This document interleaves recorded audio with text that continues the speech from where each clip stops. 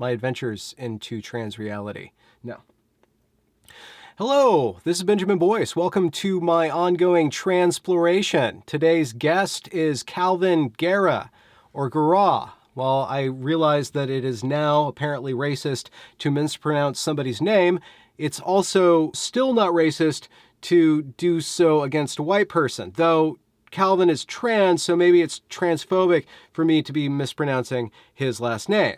Anyways, Kalvin runs a YouTube channel with a lot more numbers than I am able to provide, but that's okay because we're in a speakeasy and there's not a lot of easy speaking when you get too many people in the room, right? So this is just our secret, just you and me.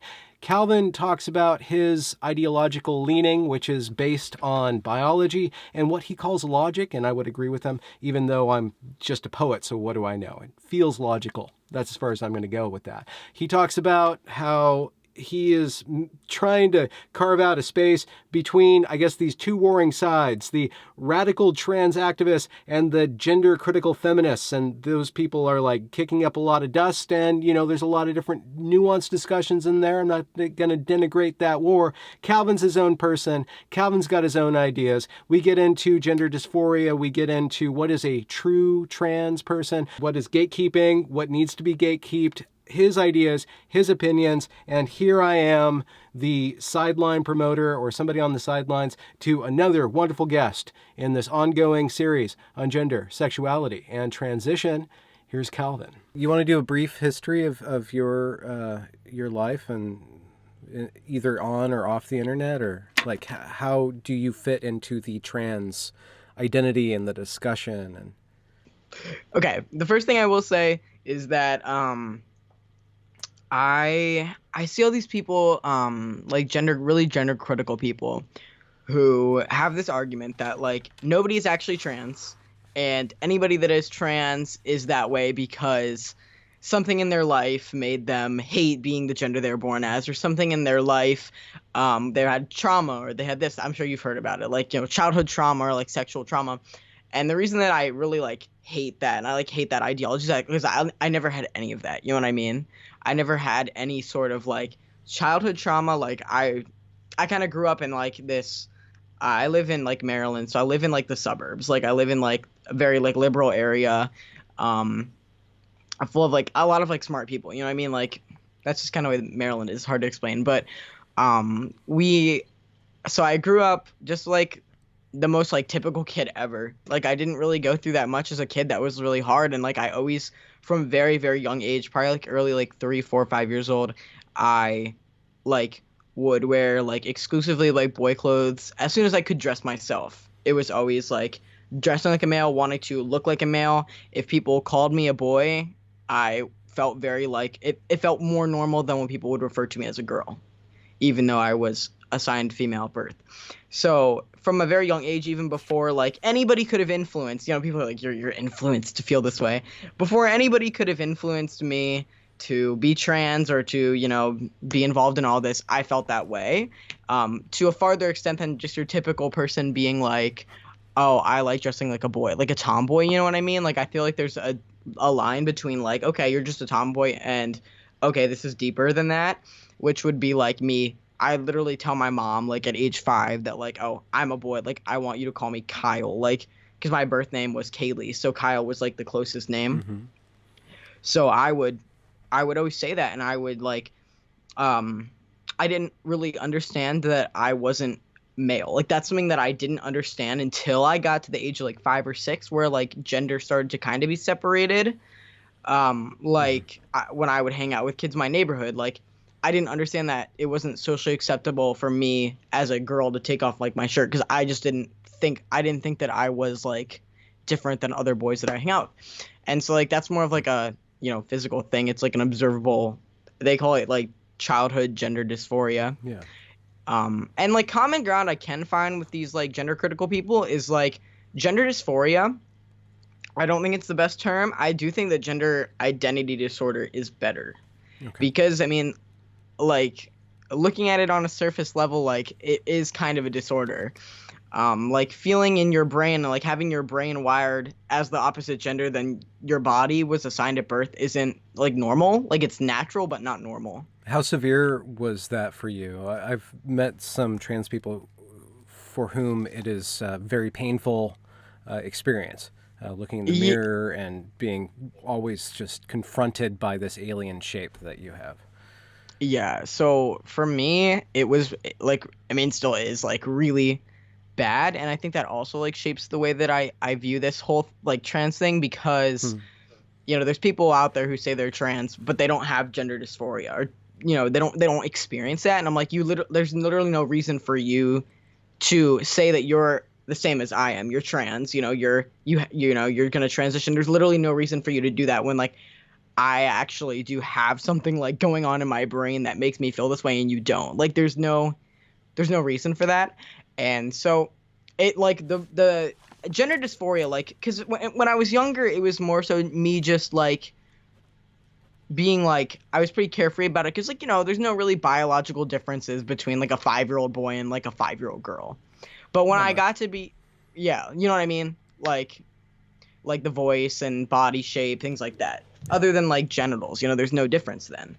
And so when I got to be like 13 and I started going through like female puberty, literally I remember the day that like my chest started to like develop like into like a female chest. When I started to notice it, I literally cried for like 3 hours, like telling my mom like I don't want it, like I just want it to stop, like.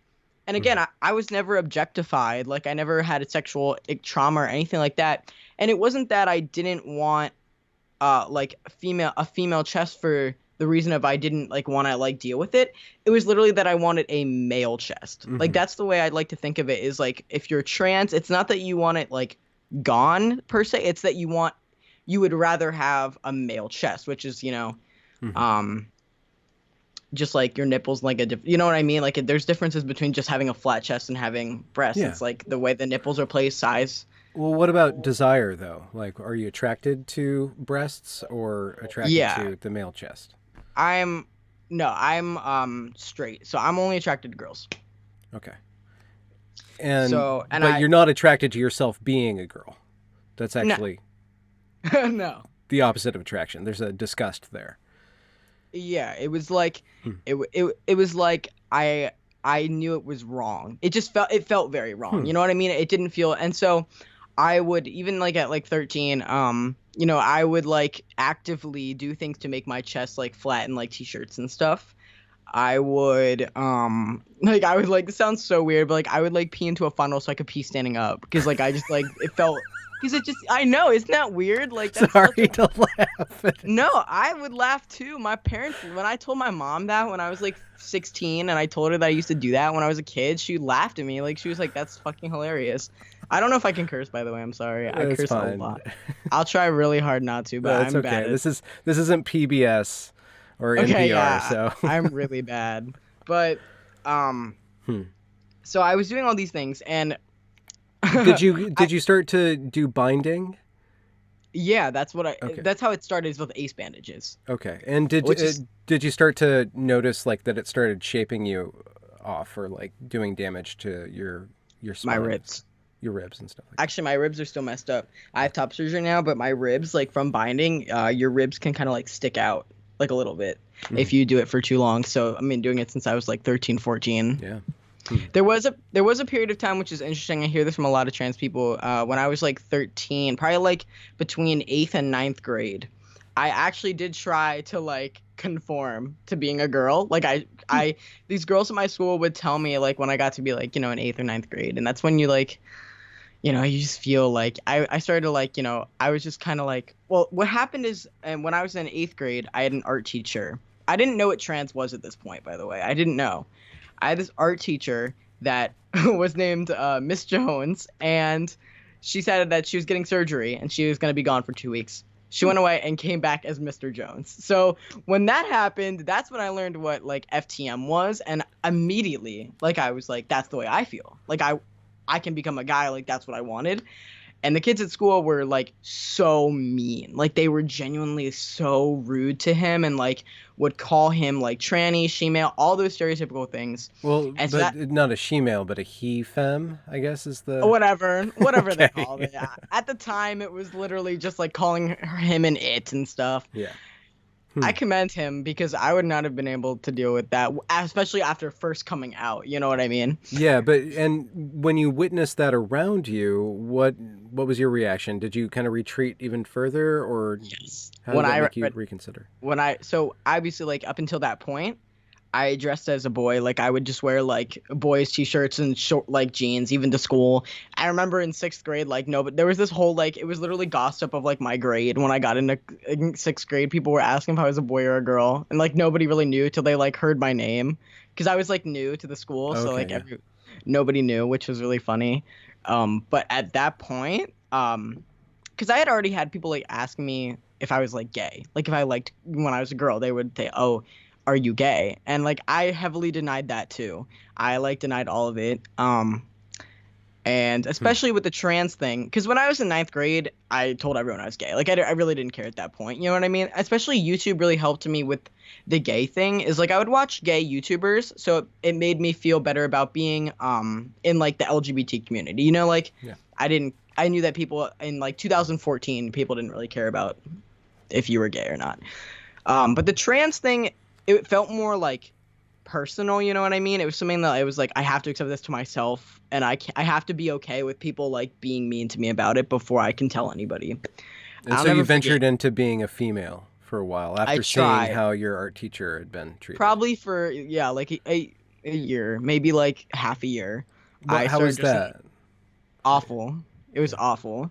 I remember all these girls. I would hang out with like a lot of like girls, and especially in middle school, because like I don't know. I hung out with like boys and girls, but I had this like group of friends who were girls.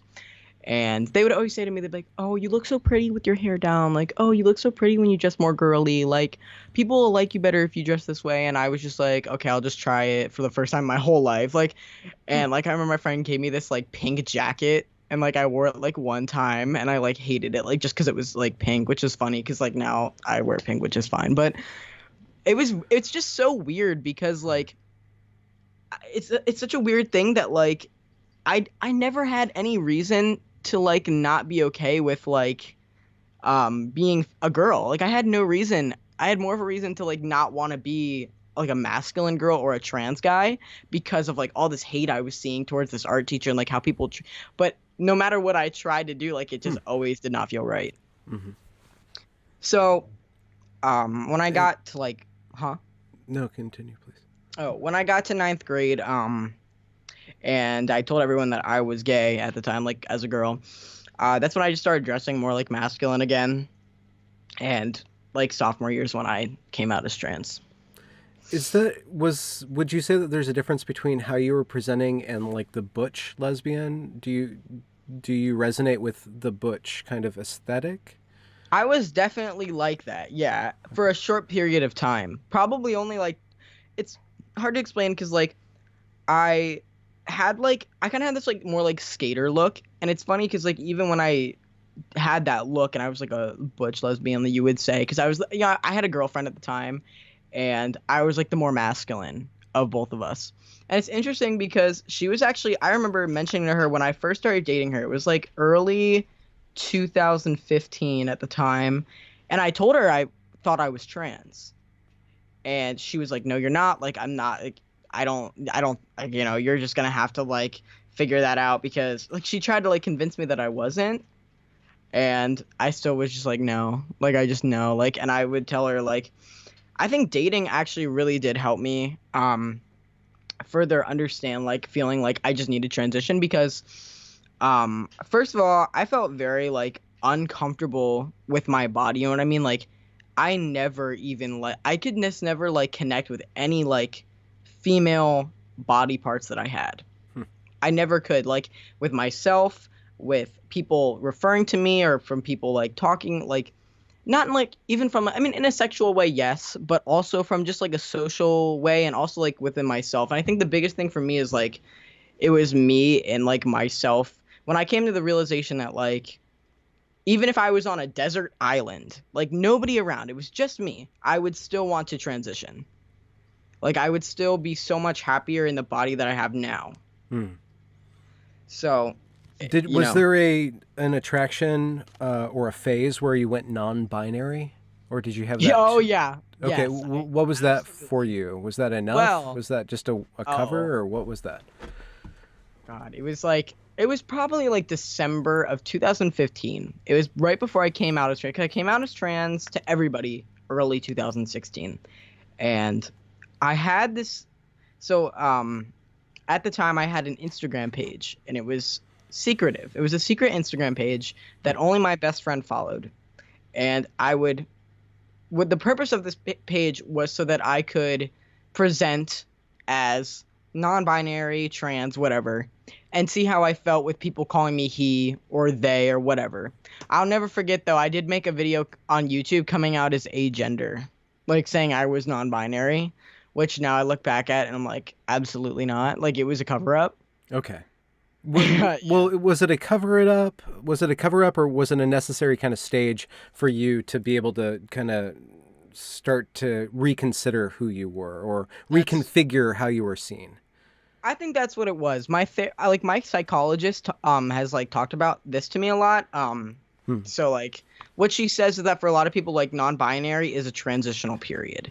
It's a period where you go from like, well, I'm not cis, but I don't want to fully accept that I'm trans, so I'm going to identify as this middle ground. Not to say that, all non-binary people are doing it as a transitional period, but I'd say most people who are non-binary are either trans, like fully FTM or MTF, or cis. And what do the cis people get out of being non-binary, if we can generalize about this group? Oh, they definitely. I mean, this is something people say. They say like it's an argument I get a lot.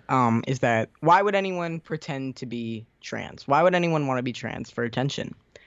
And the truth of the matter is, being trans is very politicized, Hmm. especially in social justice circles. And like, if you identify as non-binary on the internet, you're gonna get more credibility and more people listening to what you have to say about social justice than somebody who is just a cisgender like white person. Hmm. You get these oppression points. Hmm. But Hmm. and for me, like it's almost like insulting in a way because it's like I did not transition for oppression points. I didn't transition for like internet like clout. I didn't transition so that people would like listen to me. I transitioned for me. Like I transitioned because it's something I had to do to be happy.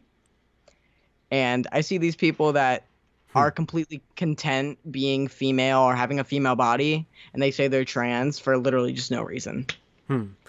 What about the influence of the internet on your thinking and your personality? One thing that's kind of different about you than the other people that I've spoken to is that you actually have a established media presence. I mean, just from your YouTube follower account and the amount of content that you generate, and you've been doing it for a long time during this period of history that's seen an explosion in awareness of trans issues. So, Yeah. how was that navigating that? So for I will say first of all, obviously like I'm gonna link like the people that follow me. So I'm sure people who follow me will like watch this. I say like to those people like definitely go watch your other interviews because a lot of them are like I'm saying really insightful. But for me, I kind of like when I was kind of on the internet from this period of time where like it's very interesting because it's hard for me to gauge what like because at the time I look back when I was like 15 or 16 and I thought I was non-binary and I think deep down inside I knew that I didn't agree with the ideology and I didn't agree with like this whole mantra of like anybody can be trans, like you shouldn't gatekeep. Like I didn't really agree with all of that, like but I kind of went along with it because I was like I don't want to invalidate anybody, you know what I mean? Well, yeah. I mean, you don't want to add to the discomfort that you're already experiencing, and you have a community that's supporting you. So why would you not support the community that's supporting you? Right. Especially when you're first transitioning, you kind of like go. A lot of people say this. You kind of look to the trans community for like help, and it was interesting because there were so many people in the trans community, but I couldn't really relate to a lot of them because they weren't exactly going. The only people that I could find that were going through what I was going through and actually talking about having dysphoria were like trans male YouTubers who had like actually gone on testosterone for a long time, had top surgery, wanted bottom surgery. Those are the only people that I could relate to. And that's what made me realize I'm FTM. I'm not non-binary. I'm not any of this stuff. I literally just want to transition and be done with my life. And or be on with your life. on with my life. Yes, that's what I meant. And I'm slowly getting to that point. I'm actually pretty close to that point, which is nice. I'm actually 2 years on testosterone today, which is like, it's crazy. So you started when you were 16. Yes. Yeah. And how was it to navigate that with your parents and the medical establishment for you? So where I live, we have informed consent, which is like, I don't agree with. I don't like informed consent because I think that like it makes it too easy to get on it. But so you believe that screening should be in effect? Absolutely. If you want to go on hormones or get surgery, you need to talk to a psychologist or an endocrinologist or somebody that is an expert in the field. You need to talk someone like Sasha that you talk to. I think she's great. I really enjoyed what she was saying. But because I think that you need to go to a psychologist and you need to like delve into your life and make sure that there's nothing else that's causing the problem. You need to make sure that you don't have body dysmorphia. You need to make sure you don't have this childhood trauma. You need to make sure that you're transitioning for the right reason. And there's too many people nowadays that are transitioning for the wrong reason. And then you go and you watch detransition videos, which I've seen you talk to a lot of detransitioners. And there's a lot of people that have this misconception that, like, from what I say online, like, oh, I don't like detransitioners, which is absolutely not true at all. Like, I think that people who detransition have a lot of, like, honestly, they have a lot of like confidence to say this is what I did wrong, and be who they are. You know what I mean? And the only issue I have is when they come back and they're trans exclusionary radical feminists. A lot of them are, but I won't even get into that. But we don't have to go into the turf war right now. The turf war. I feel bad. Bad saying that because there's a lot of detransitioners who are not like that, and they genuinely just want the best for people. But there are some who are, and it's like, let's not. But well, did you see yourself in your different phases of doing this? Because this is a very unique experience that you've had, going through this whole experience and then being online the whole time. So not only have you been influenced by the internet culture, you have influenced the internet culture. So now you can look through and see, well, where was I pushing and how have I taken part in what's going on in culture? I think what I've done is, because when I started making trans content, I'll start when I started making trans content because I feel like that's what's relevant. What were you doing before then? What kind of I would content? just do like gaming videos. Okay. Like just like your typical like horror gaming videos. Basically, I started out making trans videos and they were pretty like simple videos where I would just say, oh, this is like, I could even look back, but I would mostly just talk about like, this is what I want, or like there would be more educational type of videos, just kind of like about like certain trans topics. Like it would be like, this is my dysphoria about this, like this is the way I feel about this, is like this is where I want to be in 2 years, like this is what I anticipate testosterone. Yeah, it would be things like that. I can't even really remember. And like I'd make videos with my trans friends because I did have a couple after I came out as trans. I met this kid named Jack, and he was trans too. We're not really friends anymore, actually because of our political differences now. But he was really like the reason that I honestly, like him and this other kid who was trans in my school. They're the ones that really helped me a lot when it comes to like accepting myself and like being like, this is like okay, because it's like, you don't want to be the only trans person that you know. You know what I mean? Like you feel like nobody understands you. So talking to them really helped me like learn coping mechanisms with my dysphoria. But I still like, even with the stuff that, you know, I would talk to them about, I really just I wanted to get on testosterone very quickly. Like it was like I just wanted to get on it. So I told my mom I was trans, and I literally told her from that day that I told her that I was trans for the first time, every day I'd say, I want to go on testosterone, take me to a therapist, I want to go on testosterone. And I literally never stopped. I probably annoyed her so much, but my mom is definitely, my parents are both like I am, which is like very like scientific, like routed type of people. And my parents were always accepting of it.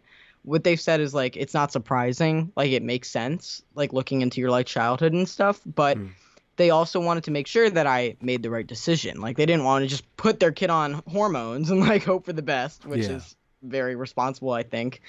And how Um, old were you when you made this impassioned demand or this daily request? 15, Okay. 15. So my parents, I went on testosterone a year after that. So I lived as male for a year without Okay. testosterone. And I was pretty lucky because I passed well before testosterone.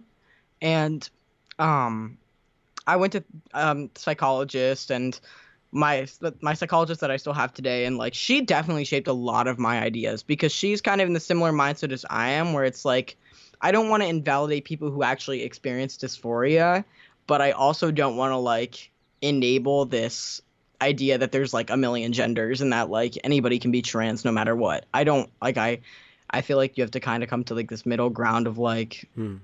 let's figure out why people are actually trans. I go actually say like transsexual a lot. I like that term better because like transsexual is more like narrow. It's like people who are Hmm. going from one gender to the other, medically transitioning, just want to like be as much cis as possible as and like just live their life. You know what I mean? Hmm. People like I don't know if you know who Buck Angel is. He's that way. No. He's like an older trans guy. He does like porn videos. Ah. I love him though. Yeah, so don't look up his name too much on Google, but you can look him up on Instagram if you want to keep it PG. But yeah, he's a really cool guy and he's good for the community, I think. And he doesn't even want bottom surgery. I feel like, there's a lot of reasons trans people wouldn't want certain Well, surgeries. what about the risks that you've had to confront? I mean, you had to make some sacrifices. One, this might be too personal, so I'm sorry, but like your No. fertility, right, going Yeah. forward, Yeah, and nothing, then honestly, nothing's too personal. I pretty and much say then everything. and then what about the testosterone and like having to deal with that? Like, So my views on the fertility thing is that like number one, I never wanted to have kids biologically. Like I never in my life. There was never a point in my life ever that I was like, I want to have a kid myself. Ever.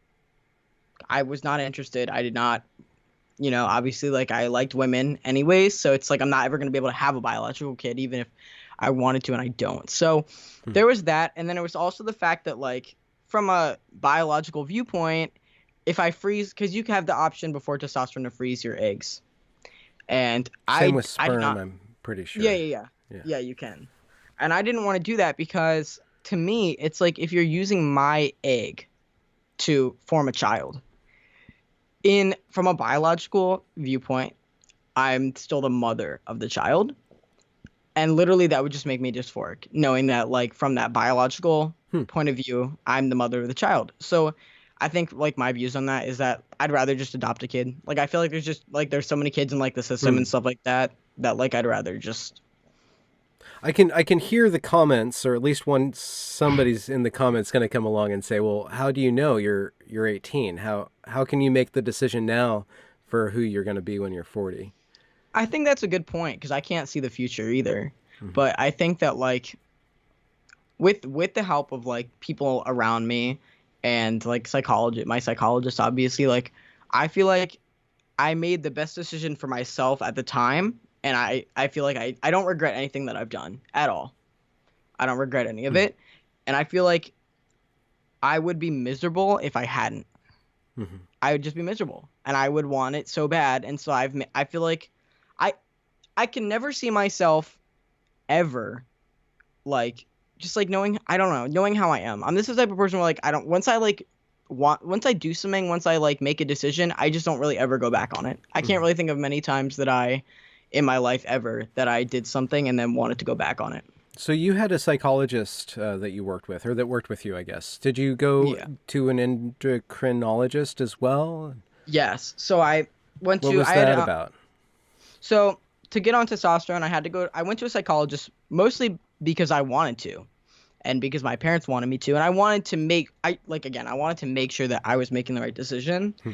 So I went to the psychologist, and she's like a normal, like I think that for anybody that's considering transition, going to a gender therapist is actually a bad idea because gender therapists are usually the people that believe gender is a social construct, and they'll just say, okay, yes, yes, yes, go on testosterone just because you want to. Yeah. But people who are psychologists and have studied like all of it and don't just focus on gender are usually more knowledgeable on like other mental health conditions. So you just need to find a therapist that will validate your identity and like be respectful of you, but also really delve into if Give this is you the some right. pushback then, in a way. I mean, Yes. yeah. Yeah. My therapist never really gave me pushback, but again, like I feel like I have this very like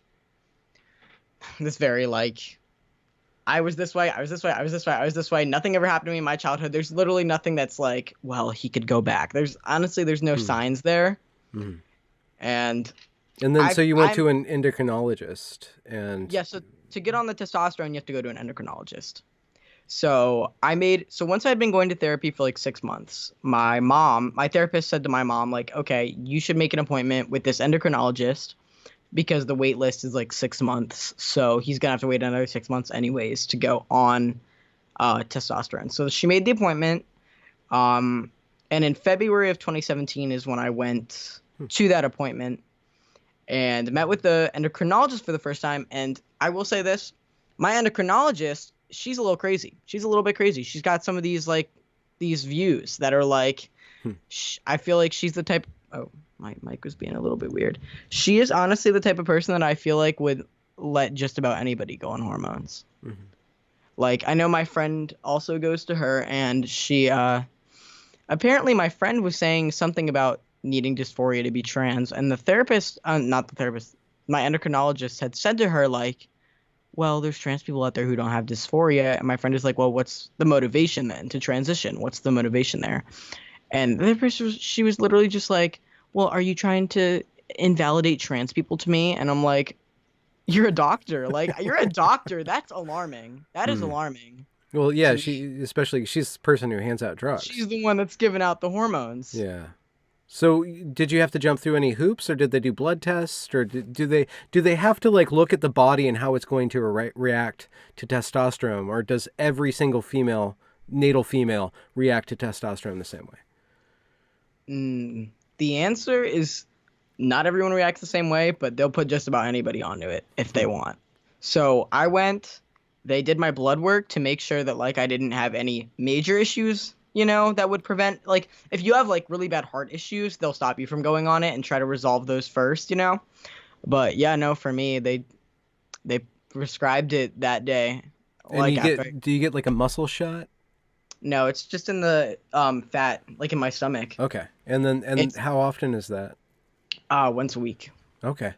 And So it's in perpetuity.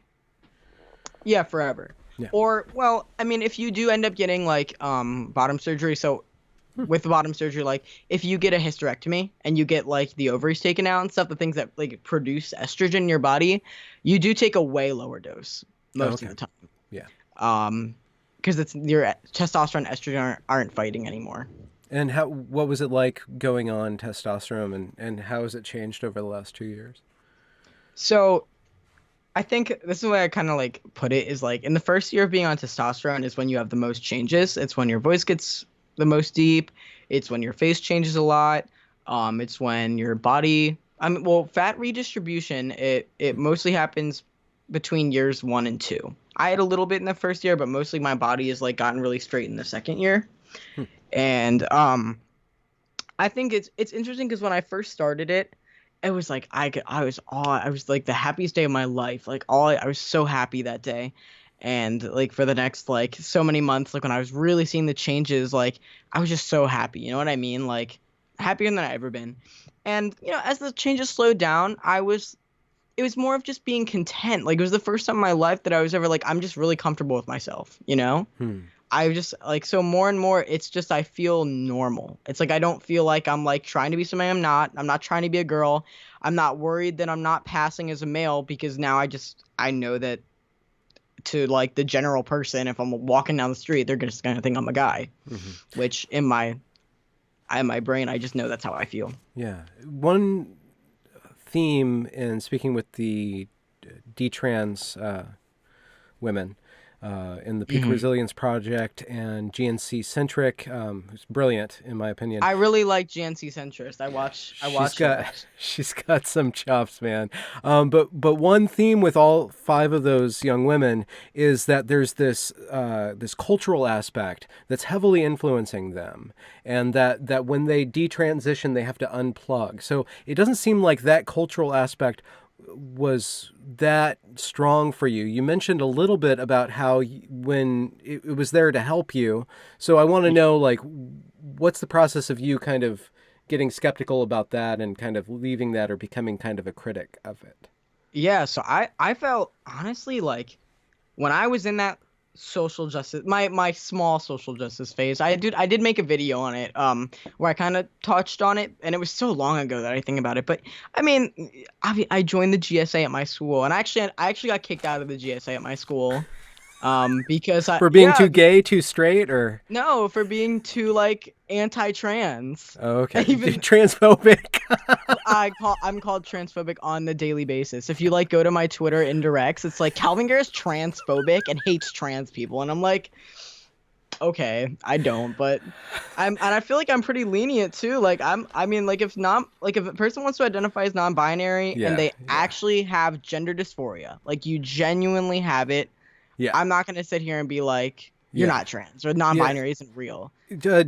Trans people getting called transphobic is like the ski lift to peak trans. Like that's just how you like get It's launched. hilarious. It's hilarious. It's like you couldn't think of anything else to say, so you just decided to call me transphobic. Yeah. Like it's people who like to like they're just offended over everything. I think that if my opinion of the trans community is making you feel that invalid, you have some of your own issues to deal with. That's my opinion on it. So that But and that's what kind of got you kicked out of the GSA, the Gay Straight yeah, Alliance, the right? gay the LGBT people at my school, they like completely, especially after I don't know if you know who Blair White is. Yes. So I Maybe I'll started have her watch. on someday. Oh my God, I bet you she would be down. I'm actually friends with her, so we're Oh, trying to hook up when I get to LA and make a video together. So I'm pretty excited for that. oh, We awesome. tried we tried in December, but like she was here to visit family, so it was like really hard to like Yeah. coordinate. But we ended up hanging out. But I love Blair. I think that like she also says a lot of like really great things that I'm just like I makes me laugh so hard when she roasts people. But I started watching her, and I started out as like I would say a fan of Blair, honestly, because she was the only trans person that I saw on YouTube that was talking about this and talking about like, yes, these people are so toxic. They're like Hmm. roping people in, trying to like, turn trans into a political movement when like most of us literally just want to live our lives and be normal people and just live as like a cis male or a cis female. And I really agreed with that. Like when I started watching her videos, I was like, finally, like someone else feels this way, and because at the time like I had just kind of gotten out of my being like an SJW. Like I no longer I had a Tumblr for like a month where like I would like go on there and like look at like non-binary support posts and stuff like that, and I would always like repost them and be like everybody's valid, just because like I don't know, like I guess I just wanted to like be nice and That's like fine. That's fine. That's fine. No it's judgment. I judge You're a I teenager. You still are a teenager. So Oh yeah. I judge my past self for that so much, but I laugh at it now. You know what I mean? I yeah. laugh at that because it wasn't me. Like it was me just trying to like make other trans people happy and like other trans people Hmm. like me. You know what I mean? Hmm. And but when I watched Blair's videos and another YouTuber named Theron Meyer, she actually used to make videos that were really similar to Blair's, but a little more less like roasty and more so like intellectually driven. Like she is really well spoken. I really do like Theron Meyer, but she's kind of like moved away from those type of videos. She doesn't really talk about it anymore. And I think her views have like changed a little bit. But I started watching them, and I was like, Hmm. "There's no trans guys that talk about this." Like I was like, I that shocked me because there were no trans guys, and I started talking to my friends about it. Like I have a friend named Ryan who's also trans. He makes videos, and I would mainly talk to him about it, and he agreed with me, but both of us were like, well, we don't want to say it because at the time I had a lot of followers. I had probably like 50K on Instagram because I was involved like this was probably about a year after I came out, like 6 months to a year after I came out, and I had made friends who were trans on the internet. A couple other trans guys, and we had this like group of trans guys that little girls like idolized on Musically. I know this sounds so cringy. I was like a Musically fuckboy, like actually, like making the videos with the like this type of thing on the Musically app. That was me. You And gotta make it where you can make it. because having these young girls like think that I was like a hot guy made me feel good because I was like, okay, like they see me just as a normal guy, like every other boy that makes TikTok videos or whatever, or Musically videos. And so that really like, it really helped me a lot. Like, you know, I do laugh at it. Were you trans in that? Did the girls that worshipped you? Trans. Okay, cool. They knew I was trans. Yeah. And it was like me, this kid, Justin, Ryan, this other kid, Reagan, my friend Jack at the time. And we made videos. We had this TikTok, stuff like that. We would go on these like social media tours and like meet these like kids and stuff like that. But I think what really did move me the most though is when I would have like young trans guys come up to me and be like, you know, you helped me so much, like feel like it's okay. And so that to me, that's when I really like, you know, the little girls doing that and everything like that. Like, you know, I liked it and all. It made me feel confident in myself because, you know, everyone's insecure and likes attention sometimes, but the trans kids that were coming up to me and saying that they liked what I would say, because sometimes I would talk about the whole gender dysphoria debate and I would like low-key mention it, and people would be like, I like when you talk about this, like make a video talking about it. So what got me started into this pull away from normal trans stuff is I made a video and it was called I Used to Be a Non-Binary SJW and Why I'm Not Anymore. And this video got like 600,000 views. Yeah. And you pop in that red pill. Yeah, literally people were like, you're a Republican now, and I'm like, I wouldn't say that. I was just like, and what prompted you to do that then? Feeling like I wanted people to know where I stood. Like I wanted people to know that like I did not agree with this mantra that anybody can be trans and that if you have dysphoria, if you don't have dysphoria, you're still trans. I didn't agree with that. I was like, that's stupid. And the biggest thing about it is that like I watched the detransitioner videos because I always have. Like I always thought it was important to like look at their stories and hear their points of view, because I really think that like if you're thinking about transitioning, you need to look at the other side and you need to say, do I have any of these warning signs? And so I wanted people more so than anything to realize that if you don't have dysphoria, you're from transitioning, you're going to give yourself dysphoria. Somebody that doesn't have dysphoria and they have a female body and they're comfortable with their female body, but then for some reason decide to go on testosterone, you're going to be uncomfortable with the male changes that you have.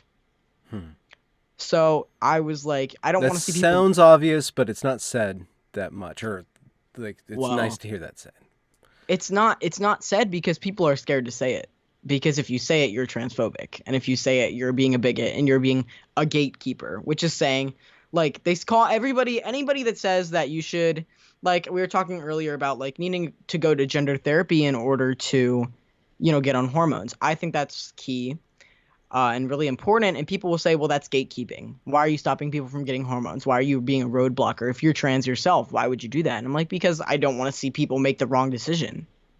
That just sounds obvious. Do you know why people are against gatekeeping or against what we could probably call traditional patients? Because they think that if you say you're trans, no questions should be asked. You should just be allowed.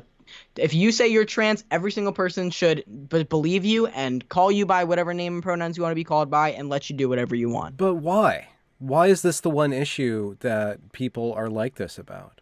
Do you have any guesses? I think because it's new.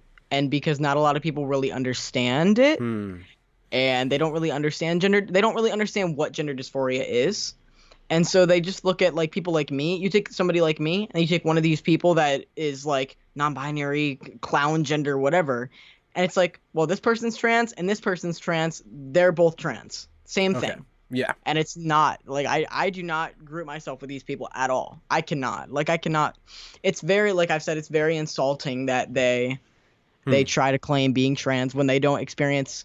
Like, I feel like the reason that the LGBT community exists is because, especially, well, the trans community more so, is because, like, when it first started to be a thing, the trans community was full of people who truly in their brain like knew they were the opposite gender. They would do anything to, you know, have that acceptance and to be understood and to be able to just live their life normally. And it was supposed to be, it's more so built on like a group of people who were all kind of experiencing the same struggle and the same, you know, mental strain from this gender dysphoria, and they were gender identity disorder at the time. And they were all just kind of going through the same thing and like supporting each other. But then when social justice became this big thing, it kind of like, I don't know how, but being trans just kind of like blew up into this very different thing. I don't know. I don't sound nearly as professional as some of the other people you've had on, but I'm very opinionated on all this. I hate it. Like, it really boils my blood, not gonna lie. I'm probably gonna cut this out, but I have to ask, what's your thoughts on ContraPoints? It's okay. I don't know, because I remember Blair did this video on ContraPoints. They did a debate back when like ContraPoints was like a huge SJW, and like I'll link it to you. It's called like genderqueer debate with a genderqueer feminist, and it's ContraPoints when ContraPoints looked like a man in a wig. Yeah.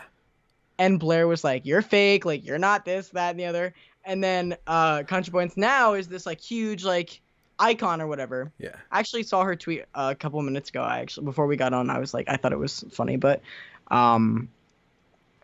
has she chilled out then? Because I think I don't really know. Yeah, I don't really watch her. She lives in Maryland. She actually lives like 20 minutes from me. Well, maybe you and Blair and her should all get together and like do like some sort of fist.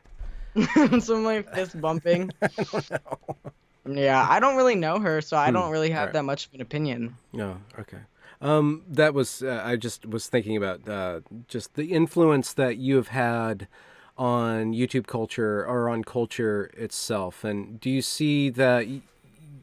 I can see a lot of people who are trans like get into this thing where they want to change the discussion. They want to like kind of wrest from the radical trans activists the power that they have and the centrality that they have over the discussion, and get really burnt out really quickly on doing that and just want to go back to do something else. So how central is your the political aspect of this to you, and what's your relationship? I think like, not to like, you know, eat my own ass or whatever, but I do think that the videos that I make, especially like I look at some of my videos that have like 1.5 million views, or like, you know, 700,000 views. That's a lot of people that are hearing what I'm saying. Yeah. And then I'm getting like that tens of thousands of comments that are saying like, you're right, like I agree with you, like you're the first trans person I've seen who makes sense, and like it makes sense that you're trans. Like obviously like you're just doing what the best thing was for you to do, which is to just live as the gender that you've always felt that you were. And so, and you know what they call it? You know what they call that? Is called cis bootlicking. They say that like anybody that like wants to be like cis passing and anybody that like wants cis people's approval is a cis bootlicker. It's really stupid. Is that related to True Scum? True Scum is like what I am. So that's like there's True Scum and trans medicalist are the same thing. Okay. I know. True Scum is the stupidest term ever. It's been around for a really long time. And I think it's changed. I think that it's not just me. It's me, Ryan, my friend Ryan, and this other YouTuber named Sam Collins, and even Blair White, and my friend London as well. I feel like we're the main like trans med YouTubers who have like got on and been like, I'm trans, but I don't agree with like 99% of what these people are saying.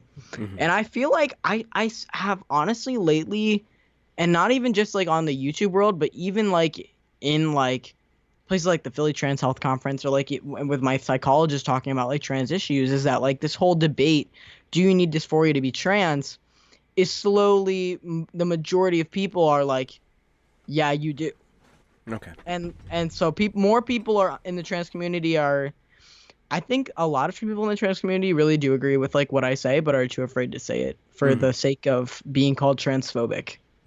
Because I I don't know if you've ever seen it. I don't know how much of like what I have said you've seen, because I know you followed me, but I didn't know you followed me actually. I just like went to follow you on Twitter, It was and I very was like, recent because somebody popped in to one of the videos and said, you need to get Calvin's ideas on here, right? oh really? Yeah.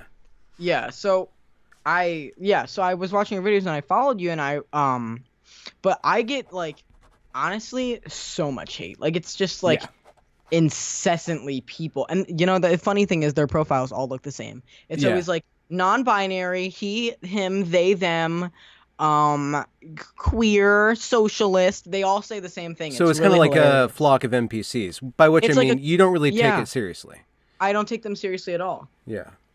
But do you think that because they're blocking you from reaching people who would find your message useful, or do you not even I care? mean, I think that some of them, honestly, if they weren't so brainwashed, if they could listen with an open mind, would be able to understand like Hmm. this is the truth. You know what I mean? But once you get sucked into that culture, like some of the people you've talked to have said, once you're sucked in that culture, you're brainwashed. Hmm. And Until I'm you get really glad. smacked. Yeah. I am very glad that I have not, because like I feel like I have like a lot of my own individual ideas. Like I don't agree with every single thing that all trans medicalist people say, and I don't agree with every single. I don't agree with most of what the SJWs say, but Yeah. like I I think that like it's important to like be a free thinker, and a lot of these people are not.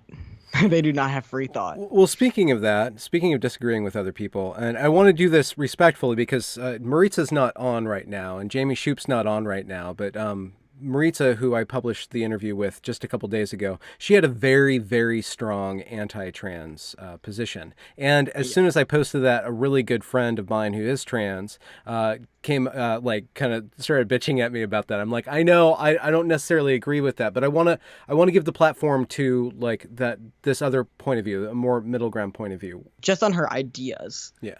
Fundamentally, I disagree with like all of them. Like, I think it's ignorant to say that just because transitioning didn't work for you. Like a lot of detransitioners say this. They're like, well, trans people say to me like, it's funny because a lot of trans people will say just because transitioning didn't work for you doesn't mean it works for everyone. And they're like, well, that's wrong to say. And I'm like, well, it's kind of true. Like, I mean, there's a Mm-hmm. lot of detrans people out there who are very anti-trans, and the reason that they're anti-trans is because it didn't work for them. I mean, there's no other reason for them to be Well, anti-trans. that and perhaps the trans community itself has left a And was bad taste toxic. in the It was mouth. Yeah. toxic for them and stuff. And I'm like, that's so. It's so like rude and ignorant to people who transition and never regret it, Okay. because you're literally erasing them. Okay. Like Yeah. I'm never gonna sit here and say that like every trans person is valid and that like nobody's gonna detransition. Like I know there's detransitioners. I know that like being trans isn't for everybody. You know what I mean? Like I'm never gonna erase what they went through, but at the same time, you have to give people Hmm. who are trans the same level of respect. Like Yeah. Okay. I mean, obviously I'm only 18, so I'm not gonna sit here and be like, oh, 3,000% I'll never, because every detransitioner says that. Like 3,000. I mean, I don't think I'm ever gonna detransition. Was I have that no. stat 3,000? What was that Oh, stat? it's not an actual stat. I was just saying like I'm not gonna sit here and be like 3,000% sure I'm never gonna Oh, okay. detransition, Yeah. because I mean nobody can read the future. But Yeah. I don't think I ever would. I have no intentions of doing it, but Well, what about the tact of saying to the detransitioners, well, you were never really trans to begin with? I think that's, for me, I used to have a very clean cut view on this. It was like, if you detransition, you never had gender dysphoria. You never did. You never had true gender dysphoria. Okay. And to an extent, I agree Hmm. with that, because it's like, Hmm. if you were okay with living as your birth gender, because like there's some people who detransition only because they didn't have acceptance from their family, or their transition wasn't going well and they didn't feel like they were passing, and that was really mentally tolling. And those people do have gender dysphoria, so I'm Hmm. not gonna say that. But if you were somebody that detransitioned and you either had childhood trauma or body dysmorphia disorder or sexual assault, and that's what prompted your transition, I don't think you ever had true gender dysphoria. Hmm. Well, Because this isn't. That's another thing because it seems like there's levels of severity of gender dysphoria. Like GNC Centric says that she still has gender dysphoria. It's just becoming a man wasn't the path for her. And that Yeah. her mission in life right now is to just give people other options because there's no other option that's being presented other than just go on hormones, cut off the boobs. And that's how I feel now more so because I do realize that for some people, like some people are never like I'm in a very like as much as this sounds kind of SJW, I'm in a place of privilege. Like I had a pretty easy transition. I like always really passed. I got surgery when I was 17. Like I have insurance, I have a supportive family. So for me, transitioning was not hard. I didn't really have to go, I didn't really have to worry about too much stuff. Hmm. And I can recognize that some people can't always pass or can't get surgery. And like, I mean, let's say you're putting all this effort, and this is another thing Maritza did talk about, is this stat that trans people commit suicide and trans people are not happy. And my take on that is that, yeah, there's people who regret transitioning and maybe would kill themselves. Like, but that statistic is very small. I don't think that group is as big as the group of people who transition. They do all of these things that to make themselves feel comfortable, and it's still not enough. You're still getting called she.